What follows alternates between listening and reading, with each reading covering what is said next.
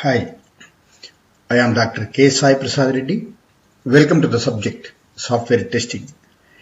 In this session, we are going to discuss about test design techniques, which are equivalence class partitioning. Second is boundary value analysis. This equivalence class partitioning, shortly it is called as ECP. Boundary value analysis, shortly it is called as BVA. These two are test design techniques. Predominantly, these two, that is ECP and BVA techniques, are used by the software test engineers during black box testing. Now, see. So, why this ECP and BVA are used? Why should the software test engineer use ECP and BVA? Both ECP and BVA are used to design input test data. That means to derive the input test data, the software test engineers will use these two techniques, ECP and BVA. So what is this input test data? Data which is used as an input to test particular functionality. Where this input test data is used? This input test data will be used in the test cases. So regarding the test cases, I will explain in the future sessions, in the coming sessions. So these two are used by the software test engineers during black box testing.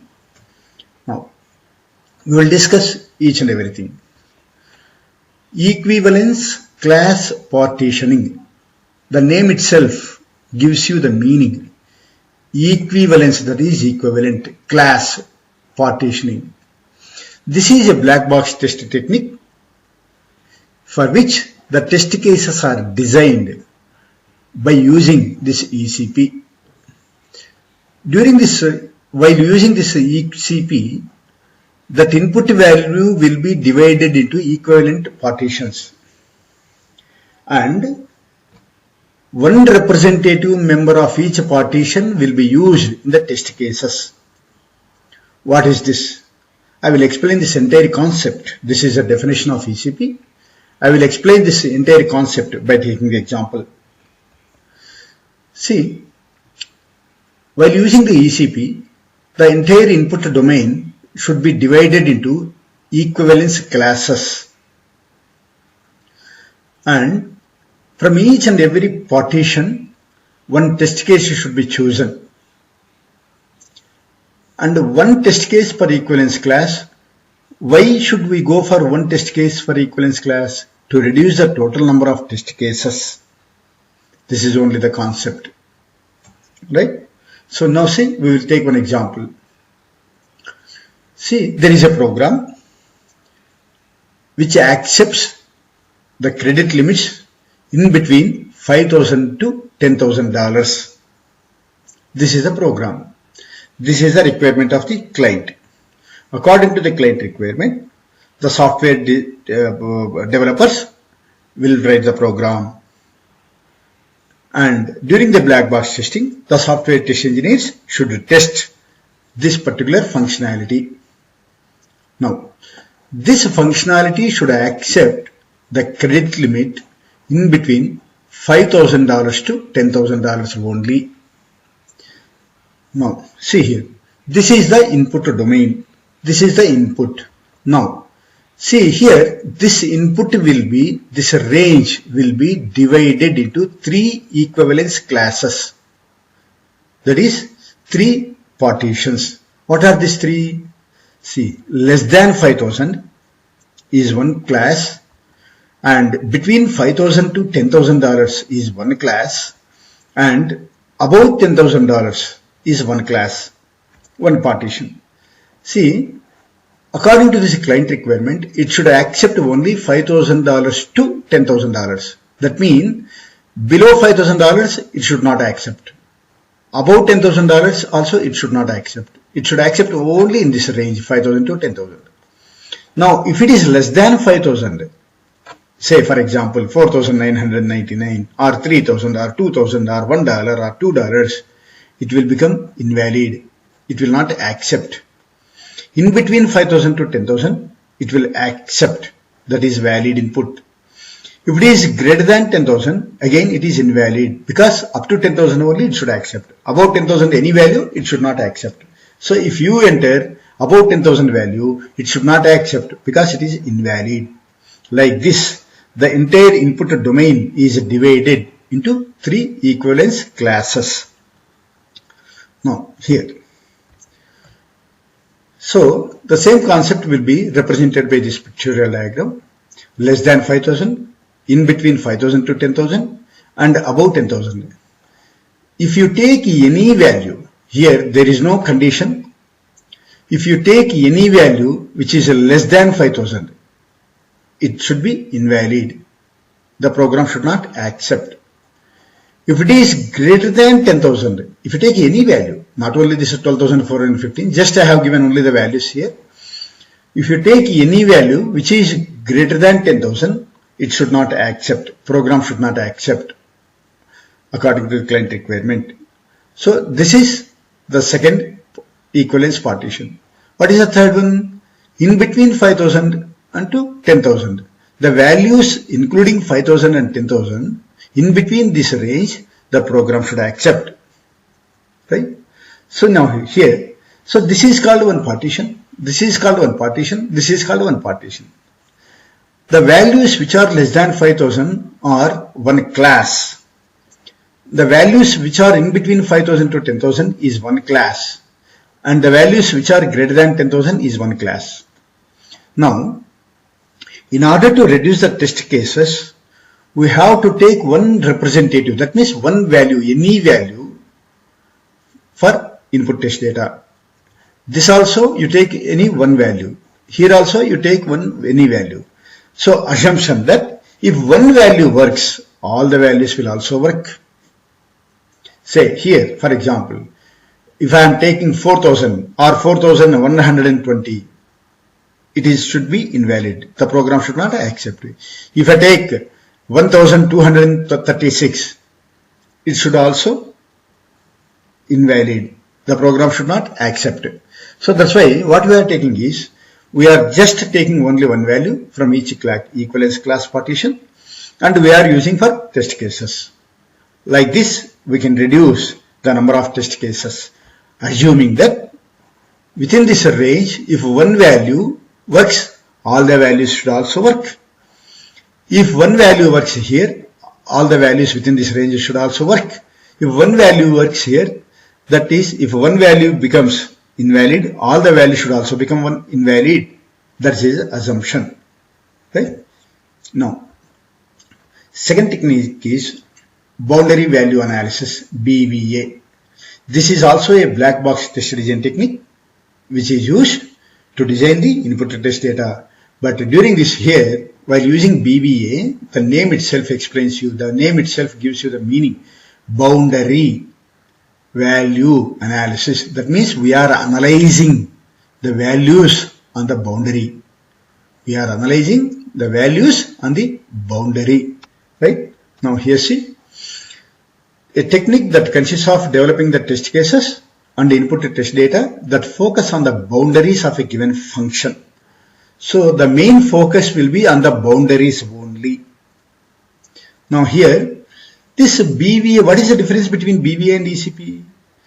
BVA is nothing but it's an extension of the equivalence class partitioning. Right? This BVA selects the test cases at the edges, that is at the boundaries. Boundary value analysis. We are analyzing the values on the boundaries. Again, during this implementation of BVA, the input also divided into boundary values which are valid and invalid. Now say here. So this BVA, boundary value analysis test design technique, can be applied at all levels. That means even for the white box testing also they can use, the developers can use. During the black box testing also the software test engineers can use. Right? So that means at all test level means where this the developers will use, this BVA will be used by the software developers during unit testing and integration testing. Right? And during the system testing and UAT, the software test engineers will use this BVA technique. So here the minimum and the maximum values of the partition are its boundary values. So what is this? We will explain in the next slide. And here the important question, why should we use boundary value analysis? See, this is very important interview question for freshers as well as for the experienced people. So why should the interview panel members, interviewer will ask you the question like this, why should we use boundary value analysis or ORR? What is the importance of boundary value analysis? They may ask the question in different form. You have to give the answer like this, because there is a probability of having the more number of defects at the boundaries. In order to find the defects on the boundaries, we are supposed to use this boundary value analysis technique. I repeat, in interview, definitely you will get the question on boundary value analysis. The interview panel members may ask you the question like this, what is the importance of boundary value analysis? Why should we use boundary value analysis test region technique? Then you have to tell the answer like this. The probability of having the defects on the boundaries are more.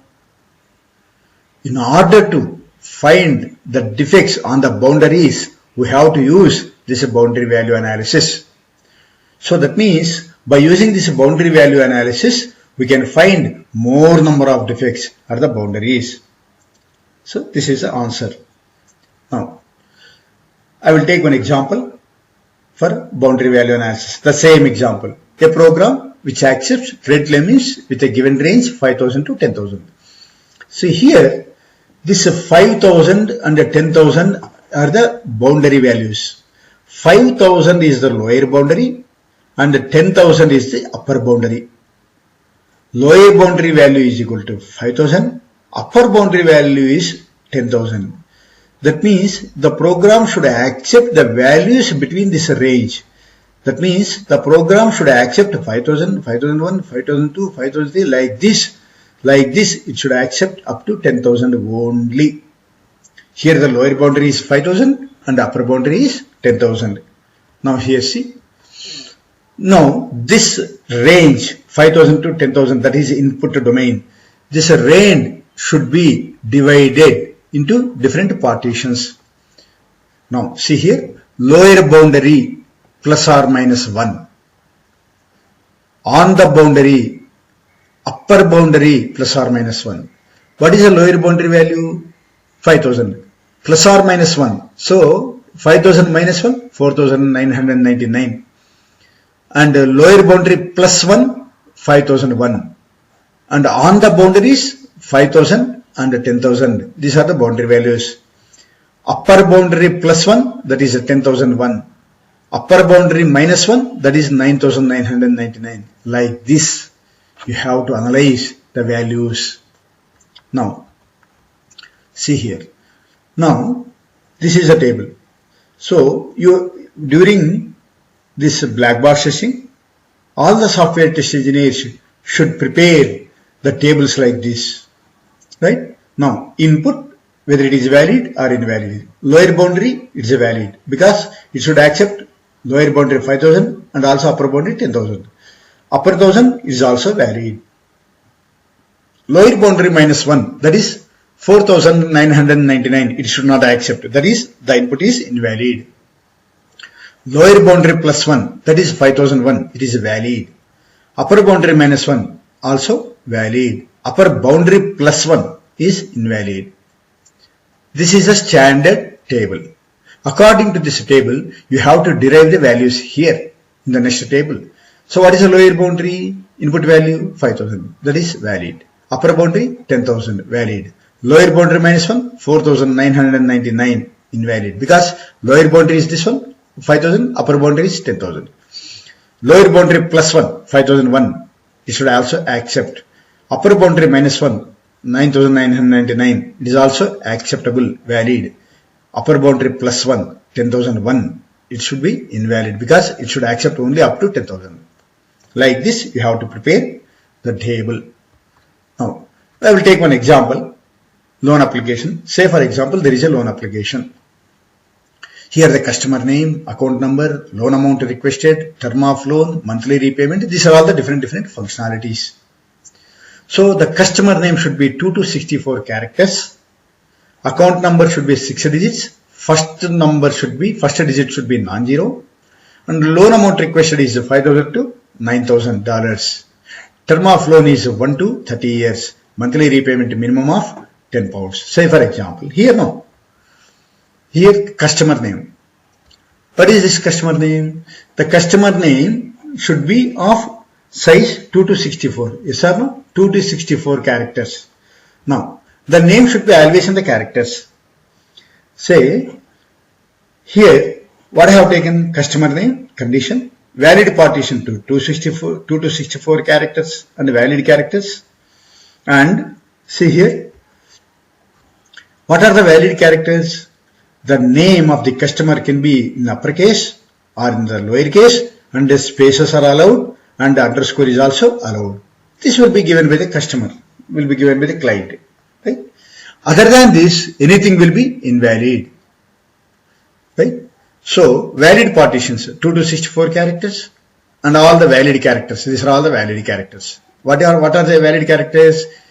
Uppercase is A to Z, lowercase is A to Z, space is also valid and underscore is also valid.